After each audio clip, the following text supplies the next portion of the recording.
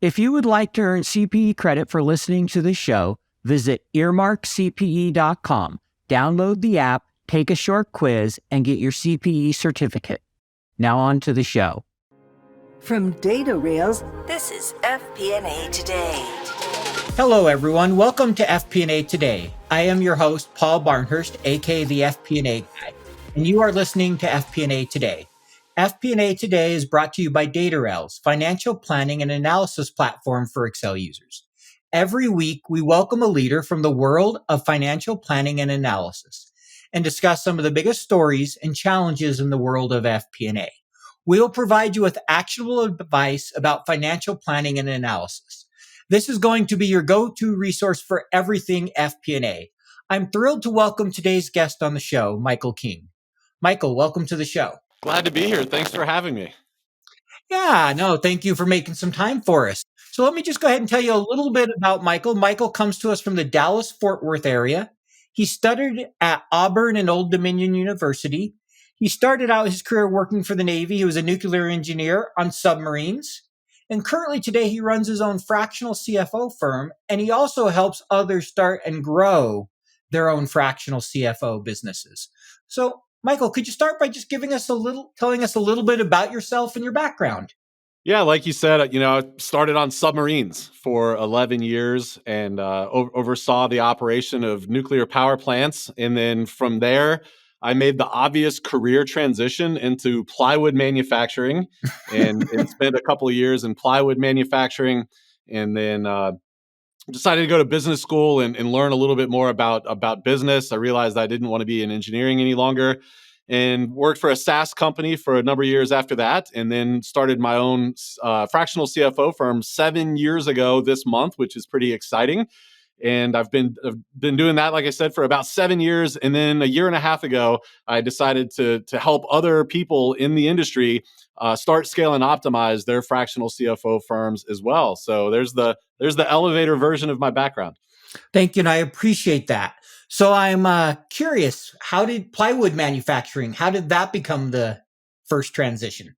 Well, there was interestingly in Virginia where I left the naval service, right down the road was a plywood mill, and they happened to be hiring an engineer that needed a background in thermodynamics. And I happened to be an engineer with a background in thermodynamics, and the pay was right. And so there's not a lot of thermodynamics jobs in that area outside of the military. So that was a great place for me to start. So obviously, like you said, it was the right transition. Just doesn't sound like it when you hear nuclear power plant engineer, plywood manufacturing. Yeah. Turns out thermodynamics are thermodynamics, regardless of what the heat source is, the properties of heat transfer, they're the same everywhere.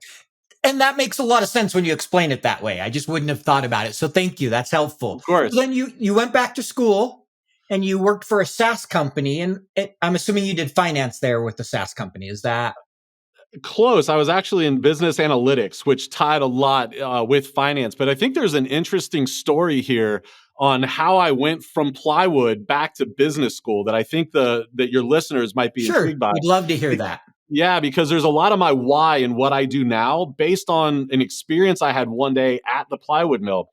So I started there as an engineer, like I said, but through a random turn of events, I found myself running the plywood mill about a year after I got there. And so in that role, I had P&L accountability for a $90 million a year P&L. And, that was great. But based on my background in engineering and military service, I wasn't really sure what PRL stood for, much less how to be accountable for it. And so in the role, I had a controller and some staff accountants that reported to me. And every couple of weeks, these ladies would bring me a stack of reports.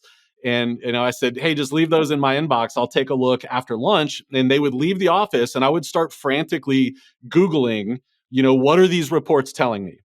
And, what is IRR? And these kinds of, I had no idea what these acronyms even mean. But as you might imagine, you're not going to Google your way into a $90 million a year P&L. So after a few weeks in the role, I got up the courage. I went to the controller's office, who had this mom kind of feel to me. She was about my mom's age and just a sweet Southern lady. And I said, Miss Denise, can you help me understand what these reports are telling me? And she looks at me and she says, bless your little heart, sit down. And so I sit down in her office, and the experience was a little bit like, if you ever gone to a sports enthusiast around a sport you don't know anything about, maybe like lacrosse or rugby, and you ask this enthusiast, like, hey, how does rugby work? And they get really excited and they start talking loud and they start talking fast, but they're using rugby words to explain other rugby words. And your head's just spinning. And you're like, look, I just want to know, how do they score? And that's what my experience was like that day in the controller's office. She's using finance terms to explain other finance terms. And I eventually just said, hey, time out. I appreciate it, but this is what I need. I need to understand how to use the information in these reports to make smarter decisions in the business tomorrow. And she paused for a second and she looked at me and she said, well, sweetie, that's your job, not mine. And I was like, okay. But she wasn't wrong. She wasn't wrong. That was my job, but I didn't have the tools in my toolbox to know how to do that. And so that was where I said, look, I really like this business thing a whole lot more than I like the engineering thing. And I decided to go get an MBA. And that was really the driver. As I said, I want to understand the mechanics of how these financial reports are generated so that I can use them as a tool to make more informed decisions in the business. But you know what ended up happening is I get to business school, first day in graduate, I don't remember if it was finance or accounting, graduate level, finance or accounting. And I'm sitting there, there's a PhD up there. And he was doing the same thing that Miss Denise had done. He's using the terms to explain other terms. In all through business school, I really struggled with this disconnect that I felt was there in really turning the data in the reports into actionable information that a business owner could understand and leverage and use to make smarter decisions in the business. And so I finished business school and I did go to that SaaS company for a number of years and I learned a ton about SaaS. But I realized that my passion was really around that, how do we help business owners understand their numbers so that they can make better decisions? And, 7 years ago when I started this, fractional CFOs weren't really a thing. I mean, you heard about them a little bit in the SaaS world, but outside of the SaaS world, you really didn't hear about it much. It didn't really exist. And so I was more of a consultant back then, but really focusing on helping small business owners really kind of understand what's going on. And over the years, it's kind of morphed and branded itself into this fractional CFO thing. But that's kind of how I got in the game, and that's why I'm in the game, and that's why I'm passionate about it, because I felt that gap. And when you think of the fact that 50% of small businesses don't make it 5 years, 80% don't make it to the 10-year mark. When you dive into the data, the vast majority aren't failing because of a bad product or a bad service. Most of them are failing because they make bad financial decisions. And I said, this is my thing. This is my calling. I'm going to help business owners avoid that fate of failing due to bad financial decisions. That's a great place to be, and I can tell you have a passion for it. And I love your story because I can picture the controller there, little old lady, just talking to you in finance terms, and you're like, plain English, please. And it's obvious it's not like you weren't intelligent, just an area you hadn't learned, right? I mean, nuclear engineering has its own words and acronyms and things that you have to learn. And, I've typically found some of the best finance people I work with come from an engineering background because it gives you a very solid analytical background to transfer into finance. So I've always really enjoyed working with people that started as engineers and made that switch to FP&A. I've had a handful over my career. That's a great story there. I appreciate that. So maybe just kind of stepping back for a minute, going back to working for the Navy. How did your experience working for the Navy, being in the military, prepare you for where you're at today? Maybe talk a little bit about some of the lessons that you took from that experience. Yeah, that's a great question. The type of submarine I was on, I'll give you a quick military strategy lesson here. The type of submarine I was on, there's always at least one on either coast of the United States that's deployed 365 days a year, 24 hours a day. And this type of submarine is literally waiting for World War III to start. We carry an arsenal of nuclear weapons. We're waiting for the bad guys to do something stupid so that we can respond and, mutually assured destruction and all that kind of stuff. But because of the just absolute requirement for those submarines to be deployed at all times, there's no excuses. When it's your turn for the submarine to get underway, There's no, hey, we weren't able to get underway because of this, or the reactor plant's not ready because of that. There's no excuses. And so it really fosters this can do. You've got to just adapt, improvise, and overcome. You got to figure it out. You got to get the submarine underway. And I think that has been an absolute vital tool for me as a business owner and somebody that works with other business owners is, as the CEO of your own firm or of a business, you've got to deliver the service. You can't let these excuses creep in. And a lot of times they're what I call artificial hurdles. It's not really, we make excuses for things when the reality is it could have happened. So that has served me really well as a business owner and somebody that works with other firm owners, is just this mindset that we're going to get it done. We're going to get that submarine underway, whatever it takes. That's a great takeaway from that, because like you said, you can't have an excuse of, sorry, this isn't working, we'll deploy tomorrow. No, you're going today. Figure it out. Be prepared, right? And I can Absolutely. totally see how that with small businesses of like, okay, what are our options? How do we get it done? Let's just figure out the path forward. Because there's pretty much always a way to do it. Now, there's a question of whether the cost and other things make sense, especially in the business world, but there's almost Sure. always a way to do it. So it makes a lot of Absolutely. sense. So maybe can you start, you talked a little bit about CFO. You mentioned how early on that you use the term you're viewed more as a consultant. So can maybe describe to our audience, what is a fractional CFO and what are the typical roles and responsibilities they have? Sure. So I like explaining this with a compare and a contrast. Okay. So let's take, everybody kind of knows, think of like an accountant, a bookkeeper, a tax preparer is our first point of reference. They've spent their entire careers learning how to report on what happened in the past. And that is an absolutely essential deliverable that small businesses, mid-sized, large, everyone needs it, right? We've got to understand for compliance purposes and reporting and all these things, what happened in the past. The reality, though, is that business owners, C-suite, again, this publicly traded company, privately held, small, large business, the stakeholders, the shareholders are normally more focused on what's going to happen in the future, right? Mm-hmm. Their goals, their dreams, their aspirations, those things all live in the future. The CFO's job, and I'll speak just from the fractional CFO's perspective, your job is to bridge where the finances are at today and connect them with that forward-looking perspective that the business owners have. Your job is to take their goals, whatever they are, and put the numbers behind them to determine if their strategies and tactics are going to produce the profitabilities, the cash flows, et cetera, that those business owners and shareholders need to be successful to hit their goals. That makes sense. I think it was really well described. And I like how the forward looking and the backward looking. I've heard different ways of describing it, but I really like how you brought that together. So let's say, somebody needs a fractional CFO. What does that company look like? What's the ideal candidate for looking to get a fractional CFO? Sure. The quick answer is it depends. But I think the most important characteristic that's a common thread, I've been doing this a long time now. I've coached hundreds of firm owners now. The common thread that I see across businesses, regardless of industry or size, is that they've got this growth mindset.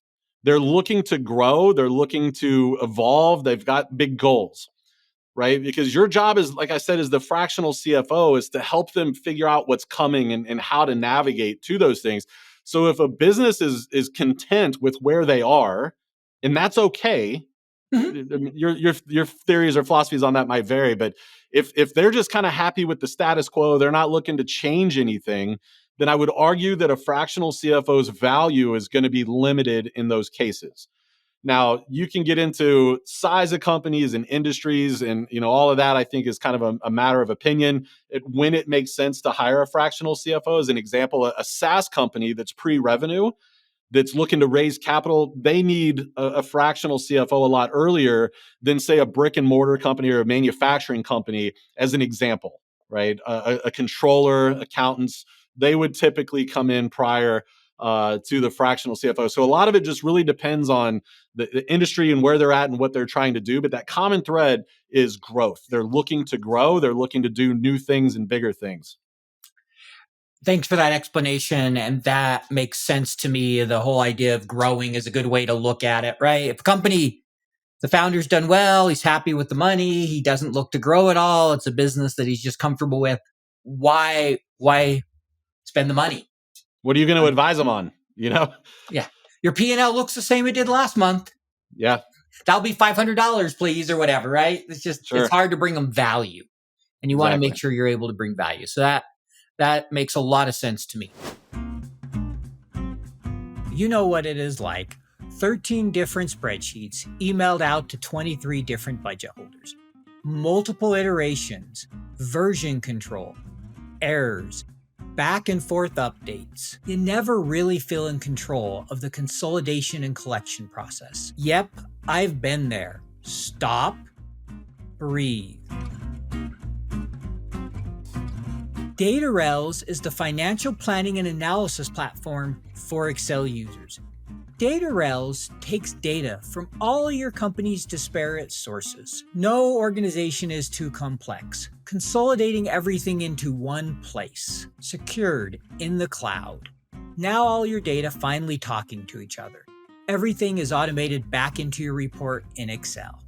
Cash flow, FX conversion, intercompany transactions, now automated and up to date. Drill down and variance analysis in seconds. Don't replace Excel, embrace Excel. Turn your Excel into a lean, mean FP&A machine. Find out more at www.datarels.com. So, next thing I wanted to ask about a little bit, you recently, I think it was a year and a half ago now you mentioned, but you created a program to help train and prepare other people to start a fractional CFO service. So could you talk about what led you to do that? How did that come about? Sure. I go and speak at different events and, all the things. And as I'm talking about my firm and the things that we've done over the years, I would inevitably get one or two accountants that were in the audience or someone in the financial field that says, hey, I'd love to hear how did you build your firm, or what were the tricks? Do you do any coaching? Do you work with people on how you did it? And no, I'm focused right here on this thing. That's not what we do. And about a year and a half ago, I recognized I kind of worked myself out of a job. I had built a team around me, and the team was executing really well within my firm. And a bored entrepreneur is a very dangerous entrepreneur. And I'm sitting around, and this lady, Shannon Weinstein, who's a CPA that I had met at an event 3 or 4 years prior when I was talking. She DM'd me again, and she said, "Hey, I want to bug you again. Have you thought about helping firm owners offer advisory services?" And I said, you know what? I'm actually kind of bored right now. And I said, I think there's a need for it. I think there's the industry's growing, and I see it around me. And I said, let's do it. And so I started about a year and a half ago with the CFO Accelerator. And our mission is just to help accountants and fractional CFOs start, scale, and optimize their advisory services so that they can go out and have more impacts with the small businesses and medium-sized businesses that they serve. So what are the offerings you have with the program? Like what's included in the program? Maybe a little bit about what that looks like. So I've got a podcast and a YouTube channel called the CFO Accelerator, or actually it's called the CFO Report. That's absolutely free. I've got a weekly newsletter that I put out called the 5-Minute Fractional CFO. That's just, every Friday I deliver a tip that you can read in 5 minutes that'll help you start, scale, or optimize your services. And that, like I said, that's free as well. And then I've got a program called the Inner Circle, and that's a community of people that are offering advisory services that get together in Slack. And once a month, I go live and I teach on something that I'm seeing in the industry, a best practice, a process, a procedure, just something that I think would add value and help people with their firms. I go live for a month and I teach on, something that's relevant to the industry. And then the next day, I go live for an hour and I just take questions. So that's like our community's opportunity to come in and pick my brain and my team's brain. So that's called the Inner Circle. Then I've also got a course called the CFO Academy, which are the 7 playbooks that I use to run my firm. We really pulled the curtains and we shared literally all of our processes and procedures, from how we think about CFO services to our packages and pricing, sales, onboarding, financial analysis, report delivery, like all the things. It's literally how we run our business. And then I also have a program, a live conference. It's the first one, to the best of my knowledge, ever, called the CFO Accelerator Live. And that's going to be here in Dallas, May 16th through 18th. It's going to be 3 days of me on stage pouring out the seven frameworks I've never shared before on how to start, scale, and optimize your firm. And we're going to focus on CFO technical skills, CFO leadership skills, and CFO firm building skills. So those are the ways that people work with me. Great. Thank you for sharing. Sounds like a really good, robust program you got going there. So, speaking of kind of CFO work, how does FP&A fit into all this with the fractional CFO? How much of the work you're doing is FP&A related? I think FP&A is really important for fractional CFOs, right? Because, like I was talking about a minute ago at the event, there's the CFO technical skills, and then there's CFO leadership skills. FP&A really gets people ready for those CFO technical skills. So when I think about FP&A, I'm thinking about things like, forecasts, projections, budgets, and models, data management. I'm thinking about reporting and how we, display that, whether it's pitch decks or KPIs and dashboards. But I also think like communications across functional divisions within a business. So when I think of FP&A, those are kind of the four main buckets I'm thinking about. And that's a huge part of what a fractional CFO has to understand. Because the reality is I would say the vast majority of small businesses and a lot of even medium-sized businesses, they don't have that FP&A function internally. And so as a fractional CFO, you can really step into that role. Now, where the gap is on that CFO leadership side. You've got to learn, as someone that understands FP&A, how to convert or translate the things that you're seeing in the models, in the projections, in the reports. You've got to connect that with the shareholders or the stakeholders' goals and aspirations, what they're trying to do. And that's where that leadership part really starts to come in, is the collaboration with the CEO, CMO, CRO, et cetera, and connecting those two. So I think, FP&A is an awesome place to start if you want to move into a career as a fractional CFO. And do you see a lot of people, nowadays making that transition from kind of being in an FP&A role to being a fractional CFO, or what do you typically see? More and more, there's a lot of folks that come from the accounting side that have moved into it, but we're definitely starting to see more people that are coming from that, like the management accounting side, if you will. Yeah, sure. Starting to see more of that, more of the FP&A background, and they're doing really well with it because they understand that a lot of times in that FP&A role, especially if you've worked in corporate, you understand how that collaboration has to work from, operations to finance. And that's such an important skill to have as a financial leader. I agree. And the way I like to think of it is, FP&A really has a 360 view, and they're one of the few people in the organization that has that, especially if you're in a smaller org where you're doing FP&A for the entire company. You really get to see all the inner workings where, very few people get that. CFO does, CEO to a certain extent, but even CEO sees it all, but not at the detail and the way FP&A sees it. So you can really understand the collaboration and the partnering, and can bring insights that you don't get from other areas of the business. I couldn't agree more. Yeah. It's almost like a cheat. You almost have this unfair advantage with that 360 view, because especially when you have an understanding of operations, when you really understand how operational tactics impact cash flows and profitability, maybe even into taxes, you can really start to make smarter strategic decisions when you understand the implications of the tactical decisions. And like you said, very, very few other people have one foot in both of those of those doors. So yeah, 100% agree. And I've mentioned this to people who work in finance. I've always been a big believer, go have at least one role in the business beyond FP&A. I started working procurement, and then I went back to school. And before I did FP&A, I did a role where I was kind of a business analyst, did a lot of report writing development, some data stuff. And it served me extremely well when I switched in the business. And then I worked for one company where they had me do a lot of operation stuff. Like I developed sales commission plans, even though I was FP&A.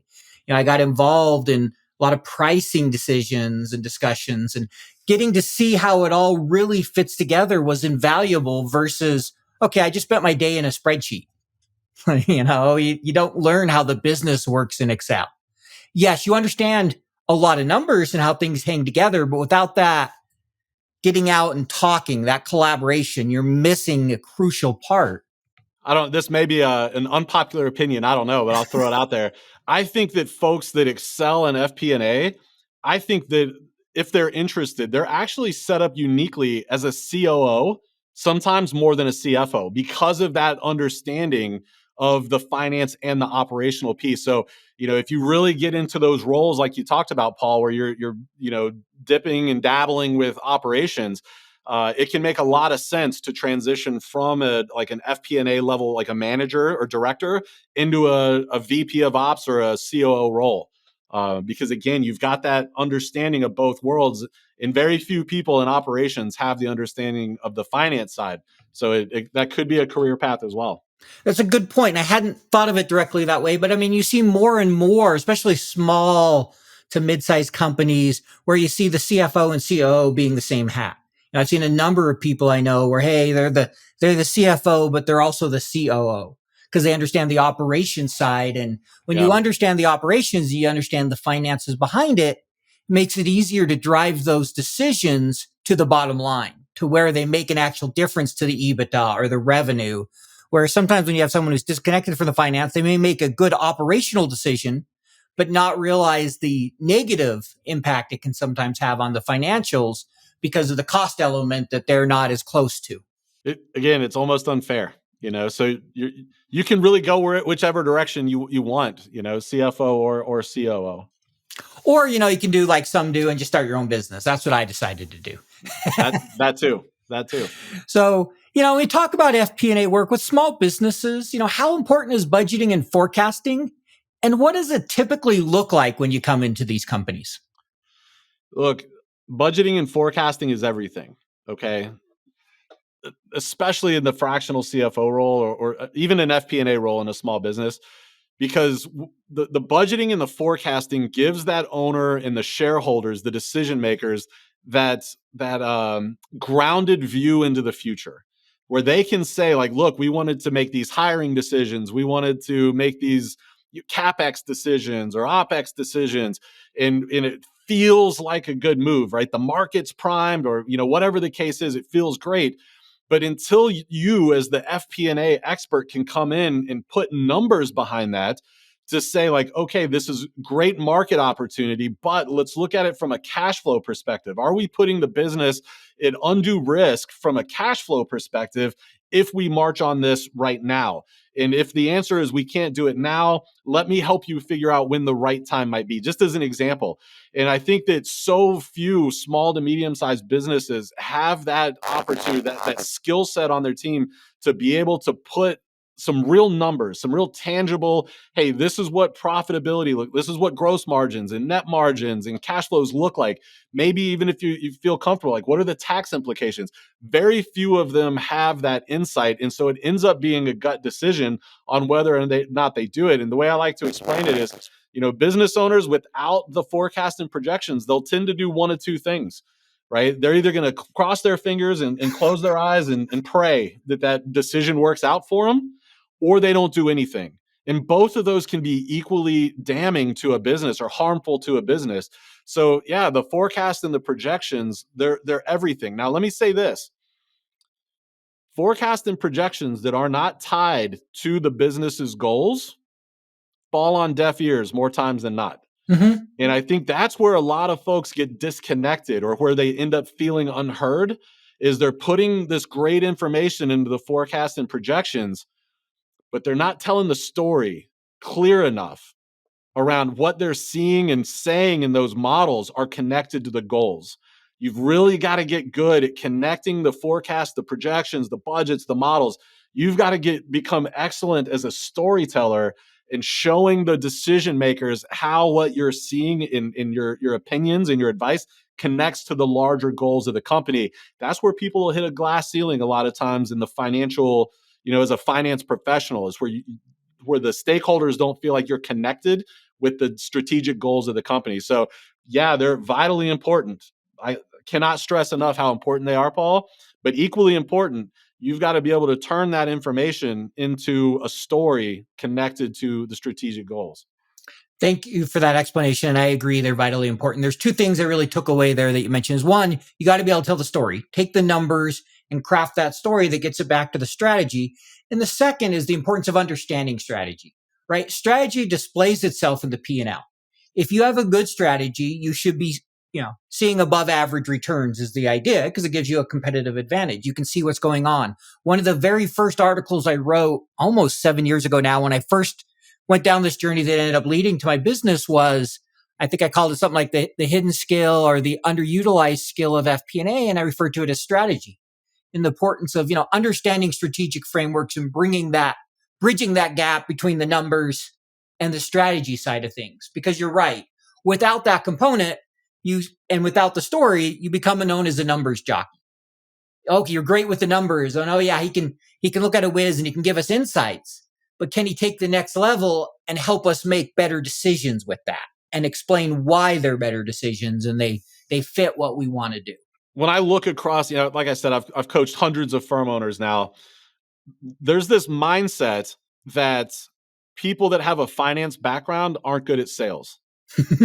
And what I'd argue is you've got to be good at sales because in finance, whether you're an internal stakeholder as a director of FP&A or you're a firm owner, you have to be good at selling ideas and selling action, right? And it's no different than selling your service, as a firm owner.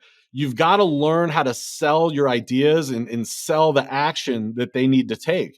So if I had to leave your listeners with one piece of advice is invest in books or courses or watch, YouTube videos on how to tell stories. And there's some great folks on LinkedIn that talk about how to tell story with data. Mm-hmm. I don't even shine a light to those guys because they're amazing. But what we tend to do a lot of times is we invest on those technical skills. And I would say make sure that you're putting as much effort into investing in those soft skills, those storytelling skills, those leadership skills, particularly around data and how to turn data into a story. That's going to be the difference, if I had to guess, in you getting stuck and hitting that glass ceiling, or your career going off into the C-suite or as a firm owner, etc. One of the best books I read, I remember I wanted to get closer to our sales team and understand sales. And this was maybe about 3-4 years ago now. And I asked our head of sales, I'm like, can you give me a recommendation for a book? And he recommended Spin Selling, which is a really good book around strategy of selling, the difference between small and large. And you'll learn a ton from that. And then I totally agree. Learning about stories. There's so many great books. Stories to Stick, Effective Storytelling by Brent Dykes. I got to meet him about a month ago. He lives here. And so we had lunch and talked about it. And yeah, I couldn't agree more. Just understanding how to sell and tell that story. It's helped me a lot now that I run my own business because I do the selling, I do the marketing, I do all those things that I used to make fun of. And, to those people I was in finance in particular, it's like, why can't you keep your CRM up to date or do your data? And I posted the other day going, I have to apologize to all those salespeople. I realized all my data was still in emails and I hadn't built a CRM. And one of my old CMOs goes, well, how's it feel to be on the other side? And I just kind of, laugh like, I get it now. You can leave me alone. So definitely that's a great point there. I really appreciate that. Sure. So next question here. When do you think is the right time for a business to bring somebody in-house to, go away from having fractional services and say, look, we're just going to do it all in-house? How do you typically think about and advise a business on that? Sure. So I'll tell you the way I tell our fractional CFO clients, because they get that a lot. Like when does it make sense to not use a fractional CFO? When should we bring it in-house? And as somebody that's been doing this 7 years, what you end up seeing is the demands of the business don't make sense for the fractional provider any longer because they just have so many dynamics and so many things going on inside the business that they really just need somebody dedicated, like that 40 hours a week. Now, the challenge is there are some models where you could get to, we've got clients that are in the $20+ million range that aren't ready for a full-time CFO yet. Mm-hmm. But since we've been working with them, have hired a full-time controller. They've got an accounting manager, and then they've got, AR, AP, payroll folks, right? They've built all that out. And so next it'll be time for them to hire a full-time CFO. But I think the trick is you've just got to have that intellectual honesty to say, are we able to provide them the level of service and value that they need as a fractional, or would it make more sense for them to hire somebody full time? And I think that if you have the heart of service and you have a heart of providing value, it should be an easy answer, for you. But that said, we've got 20 million dollar plus clients that are using fractional, but we've had $8 million revenue clients that needed full time, right? So it Sure. really just kind of depends. But communicate and again, just kind of be honest. You'll be able to feel when it's the right time. I really like how you said you feel when you're right time. The complexity of the business, where they're planning on going, their technology, so many different things all play a role in, can I provide the service that I'd want myself in a fractional role? And I think if the It's a great answer way is to look at it. no, it's time to tell them that they should consider, moving on, so to speak. 100%. And our goal for our clients is to graduate them to a full-time Of CFO one day. course, Like, we because that want our means they're clients a to win bigger because they're company. winning. They're winning, yeah. And so that's always our goal, is to graduate our clients to a full-time CFO. Yeah, no, that's a great goal to have. It's kind of always weird. We think, yeah, my goal is to get rid of my clients, but you get more, and that's how you build a reputation and provide value. So it makes 100%. makes total sense. So when you're onboarding a new client, what is the first data you like to analyze to better understand the business? What's the metrics you like to see? So it's one. Always one. It's always one. This one thing is always where we start. I mean, it's baked into our onboarding process at my firm. Always start with cash flow forecasting and understanding their cash position.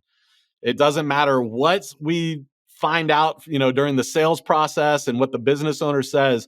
We always start with getting our heads wrapped around cash flow management, and what, the ins and outs of cash flows, because it's the heart of everything. Like the cash flows or the alpha and the omega for a business. Like it all starts and stops with cash flow. You don't, I tell people, like, you don't pay payroll with profit. You don't make payroll with gross profit margins. You pay payroll with cash. So the first thing that we always dive into is really understanding where they are from a cash flow position, understanding their runway, understanding, are there any lookouts or potholes coming up, any um, danger zones, so to speak, that they need to be aware of. And a lot of times the business owners have a false sense of security around their cash position. I'll give you an example where we saw this really running rampant. Was right after COVID. The PPP money's flowing in, EIDLs are flowing in, and everybody looks, honestly, they look at their bank account balance to get, how do I feel about my cash position? But you start putting together a cash flow forecast, you're looking at the statement of cash flows, and what you start to understand is a lot of those businesses had a false sense of security, because they're actually upside down. If you look at their statement of cash flows, the cash from operations, you start looking at the cash flows, it's actually going down. So even though they felt good about where their cash position was, that's not always the case. So we always, always, always start with a deep dive into cash positions, and to do that, it really requires, a bit of diligence. Right, we're looking at, major contracts with vendors. We're looking at major contracts with their clients. We're looking at loan documentation and amortization. Like, we're looking at all of these things in addition to the historicals, to really wrap our head around, is the cash position as healthy or unhealthy as the business owner thought when we first got started. I cannot overemphasize the importance of really doing your due diligence to understanding what that cash flow situation looks like sooner than later. It's got to be the first thing. They always say cash is king, right? And it really is true, especially in a small business. So many businesses show profit on paper, but go under because they don't have cash, right? Nobody went under because they were profitable or not profitable on the P&L. They went under because they didn't have cash to continue to fund the business. No business ever went bankrupt that had cash, right? You don't have any debt. You have plenty of cash. You don't go bankrupt. It's absolutely impossible. I had a conversation a few years ago with a lady. She's a licensed CPA. She worked for a tech company as their CFO. They had an exit. She cashed out, multiple, high 7, low 8 figures, right? So not an insignificant amount of cash. And she was doing some accounting work for a friend who happened to own a concrete company, a residential concrete company. and he doesn't want it anymore, right? The balance sheet's a little messy, cash flows aren't that great. He kind of wants out. So she says, I'm going to buy this concrete company and I think I can blow it up, right? Because there's no females in the space. I can really lean into that part of the branding. So she picks up the business and just explodes it, right? So it went from like 400 or 500K a year in revenue. And within 2 or 2.5 years, she had it up to $20 million. She went bankrupt because she didn't take the time to understand the cash flow challenges of that industry, right? Because typically you're paying your vendors weekly, you're paying your labor weekly, but your AR terms sometimes are like net 180 in that world, right? So she was actually crushed by her own success because she's doing these jobs but not getting paid net, 90, 120, net 180, right? It's ridiculous. So that's why we always go in there, and I would, everyone here, if you're going into an FP&A role for a company or you're doing a fractional thing, wrap your head around those cash flows because you never know what's lurking in there and who's overlooked it. You convinced me. I'll do a cash flow forecast for my business. All right. Now, pretty easy when you're an individual of one and you don't have a lot of clients, but you do need it. You still need to understand it. Like I watch my cash closely. I totally 100% agree with that. So what advice would you offer to someone who's listening and they're thinking about starting fractional CFO kind of advisory services practice? What advice would you give them? Lean into that leadership piece, right? Really start thinking about how good are you at that piece of connecting what you're seeing in the data and connecting it to the strategic objectives of the company. And ask yourself honestly, like, is that something I enjoy doing, or do I prefer to just stick to the forecast and the projection, the models, the data management? That's okay. But be honest with yourself. Like, do you get excited about connecting that stuff to strategy and helping convince CEOs what they need to do to take action? There's no right or wrong answer, but that's really what you're signing up for as a fractional is that role. So I'd say the first thing is just ask yourself, where do I get my fulfillment? Where do I get my joy as a financial professional? And if that's not your jam, that's okay. The second thing that I would say is, in business, mission is everything, but without money, we can't sustain the mission. And that means you got to go out, you got to leave the cave, you got to kill something, you got to drag it home and cook it and eat it.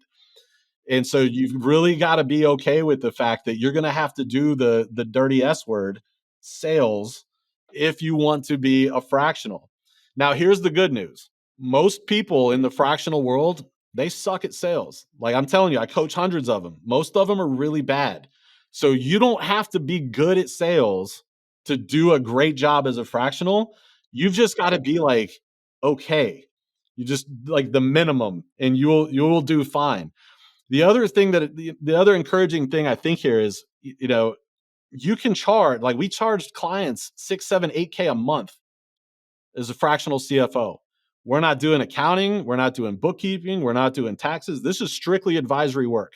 So you don't need 400 clients to make a killing as a fractional CFO. I mean, you can make multiple six figures as a solo firm owner. I mean, you 2, 3, 400 grand, 500 grand as a solo firm owner, if that's what you want to do. And the cool part about it is, I see some challenges coming in the accounting world and to an extent in the FP&A world. The cool part is more and more businesses are learning about the fractional CFO thing. Mm-hmm. They're learning the business owner today has different expectations than business owners did even 10 years ago, certainly 20, 30 years ago. They're more forward looking. The average business owner is smarter and more informed today. And they're recognizing that the reporting isn't getting them where they need to go. That's just keeping them out of trouble with the IRS. So they're looking for more of that advisor to come alongside them and guide them and give them that strategic direction. And I think that in the next 10 or 15 years, fractional CFOs at a small business are going to be just as common as a bookkeeper. I think that it's just going to become a thing that small business owners look at as a cost of doing business. You got to have them. So while there's these downward pressures and these challenges that are facing some of the other roles, I only see upside for the fractional virtual CFO space. So if that's something that's of interest to you, then I would highly encourage you to look at it. because I think it's going to continue exploding over the next 10 years, regardless of what happens in the economy. I think as the economy continues to get more strained, people are going to be looking for that strategic help. A lot of people say like, oh, they'll cut the cost. And I'm like, no, if you get cut as a fractional CFO in the bad times, you're not doing your job, right? So I think there's a ton of opportunity if that's of interest to somebody in the FP&A world right now. Thank you for that answer. And that's great to hear. It's a lot how I feel about FP&A is we're seeing that take off as a field becoming more and more important, moving from that 10 years ago, 20, 30 years ago, it was definitely viewed as back office.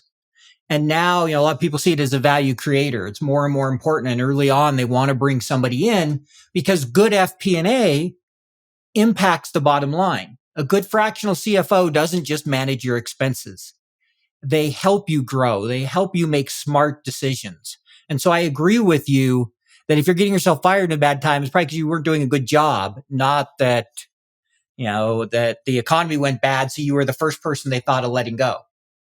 I tell folks in my coaching program all the time, if you're having conversations with any level of regularity with your clients about cutting expenses, just go ahead and know that client's probably not long for life, right? Because you can only survive so long on cutting expenses. And what I tell people, you're operating too close to the decimal as a fractional CFO if you're talking about cutting expenses. You want to be operating as far away from the decimal as possible. You got to be thinking big, strategy stuff, not tactical. Hey, you spent, $892 on travel last month when you only budgeted for 600. What's going on? That conversation's not going to cut it as a fractional CFO. Great point. And I love that example. I hadn't heard it put that way, as far away from the decimal as you can be. Really good analogy there. So, next question is you talked about the great opportunity for fractional CFO, and we talked a little bit about FP&A. But in your mind, what do you see as maybe the biggest opportunity and the biggest challenge going forward for FP&A professionals? The biggest opportunity is what I think I've been kind of talking about this whole time, right? The opportunity for you, whether you stay at a company or you go out on your own, is be that person that's connecting all of the reports and the data, the dashboards, the KPIs.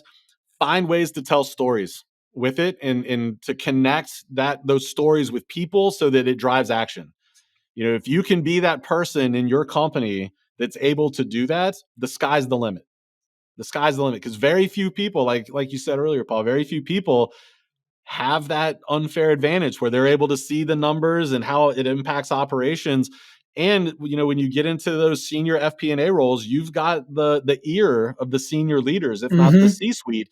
And if you're able to start communicating those kinds of things to them, then you're going to become invaluable. You're going to be that person you're at the meetings, right? You're not getting the reports you're at the meetings, you're doing the presentations, you're talking to the leadership team. And that's where you want to be from not just a job security perspective, but frankly, from a fulfillment perspective, right? Like that's what gets you out of bed, right? Like I got a seat at the table. I'm a contributor now. Like what they're showing me that what I'm doing is valuable. So I think that's the upside, learn how to bridge those gaps between what you're reporting on and what the business is trying to do.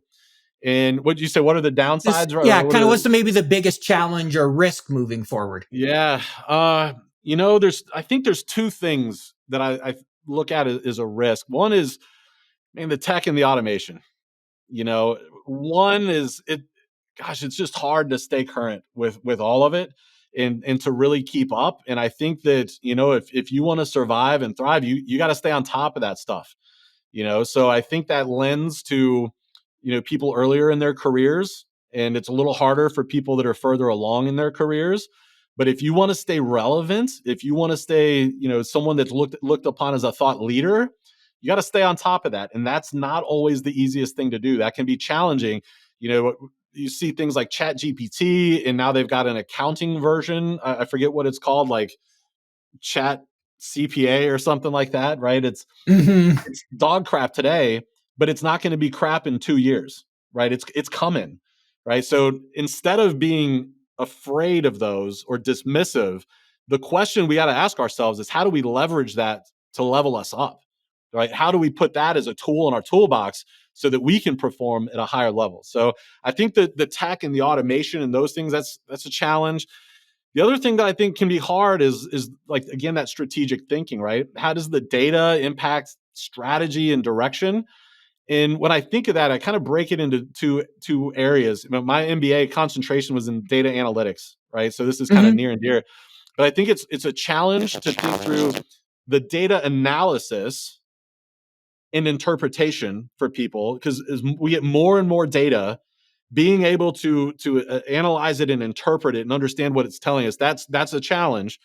Um, but I think also you've got to couple that with an understanding of the industry, that whatever specific industry that you're in, along with the operations of the company you're in. And that can be a challenge, right? Because those are very distinct skill sets, and there's not a lot of overlap between them. So the ability to analyze all of this data, interpret it, what is it telling us? And then to couple that with, you got to know the industry that you're serving, and you've got to know the organization that you're serving, and be able to marry all of that together. Very challenging. But the people that are going to succeed, they're going to figure that out. Great point around marrying the data and bringing in the opportunity. And I also really liked what you said about technology, like Chat GPT, and learning to utilize that and other things that are coming, because the reality is it's out of the box. It's not going back in. So embrace it or be left behind when it comes to technology. At least that's the way I view it. And it's here. It's not coming. It's here. Start playing Agree. with it. Start learning it. Hmm. Right? Or I mean, if you think this is 2-3 years away, you're already a year or two behind. I would agree with you. I talk to vendors every week in this space, and I'm seeing what they're doing, and it's here. We'll see a lot, seeing announcements, and we'll see a lot more over the next few months. So exciting times. So now there's a couple standard questions we like to ask everybody, a little bit more personal questions. So first one here is, what is something unique about you that you can tell us? Something we wouldn't find online. Something unique that you wouldn't find online. Well, my wife and I are adopting right now. So we're going through the process Congratulations. of adopting here. Thanks. In the state of Texas. We're pretty excited about that. I don't think I've ever talked about that online before. So that's something that's unique. Great. Well, congratulations on that. Thanks. Hope that all goes well. An exciting time for you. So scary. Do you have kids now, or will this be your first? No, no, Yes, scary. we're going right into kiddos that are in CPS, in the foster system, Yeah. and adopting those. So Yeah. I knew a family I was good friends with that they weren't able to have children, and probably about 40 at this point, and they went through CPS. And they ended up with a foster family of 5 kids all at once.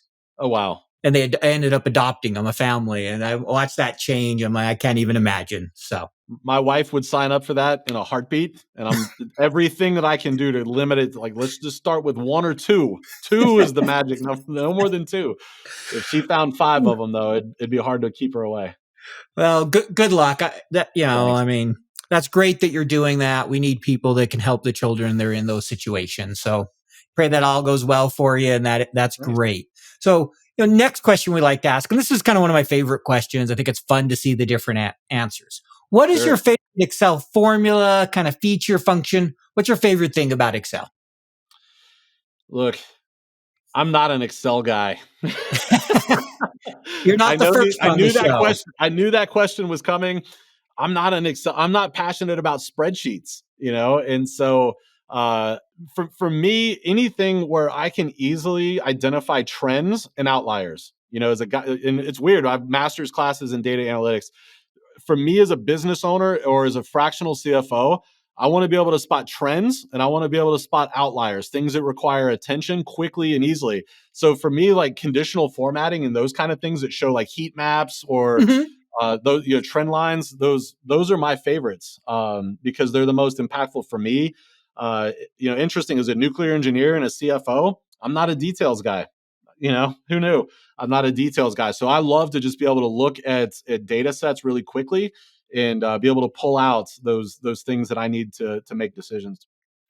That conditional formatting, heat maps, like you mentioned, trend lines, those type of things are great at quickly being able to say, okay, something's amiss here. What happened in this month? And then get to the answer. And look, those things, they enabled me to ask smarter questions. And so that's what I'm looking for, is how can I ask smarter questions based on this data set? I like that. Smarter questions based on the data set. Great way to look at it.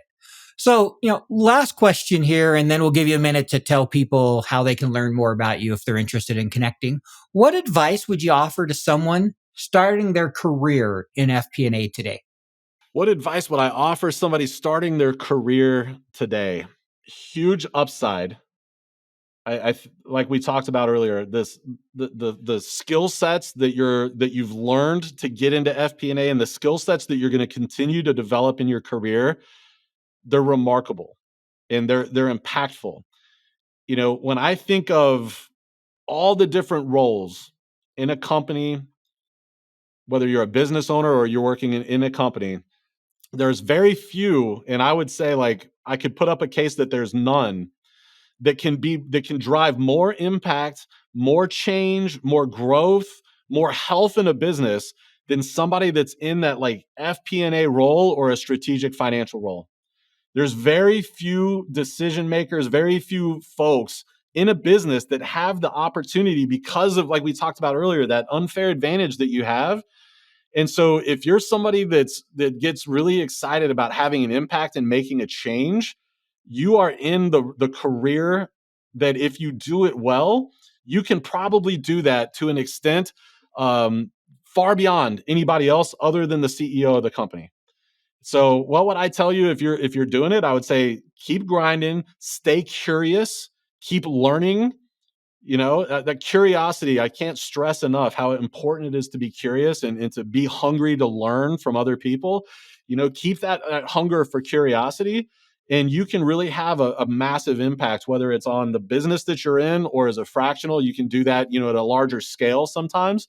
But I think, stay with it. It's an amazing career to be in, and you can really, really change the game for a lot of people. Let me give you a quick example of it, because people are like, how do we do that? Okay. In an FP&A role let's take the cash example, right? And you're looking for ways for businesses to increase cash flow. If you do your job as someone in FP&A or as a fractional CFO, whatever, and you're able to free up cash flow, where do you think Christmas bonuses come from? Where do you think raises come from? Those bonuses, those raises, those additional hires, those are the things that pay mortgages. Those are the things that pay hospital bills. Those are the things that fund retirements for people. You have the ability to let people have more money to be able to thrive more in their personal lives directly because of the work you do in FP&A. And I'm like, name one other role in a business that has the opportunity to impact real people and real families. I don't think you can do it. I hadn't thought of that way of connecting it, but it makes sense. I really like that. So thank you for that answer, and Sure. totally agree. Staying curious is so important. So if anyone wants to get in touch with you or learn more, what's the best way? Well, I'm all over the LinkedIn, so you can just search for Michael King on LinkedIn. I'm the bald guy. My photos don't have this handsome beard yet, but you can find me on LinkedIn, or you can go to the CFOaccelerator.com.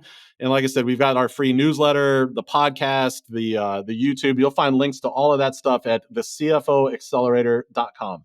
All right. Well, thank you for your time today, Michael, and for sharing that information. We'll put it in the show notes, and you have a great day. And thanks again for sharing some time with our audience. It was an honor to be here and serve. Thanks for having me, Paul.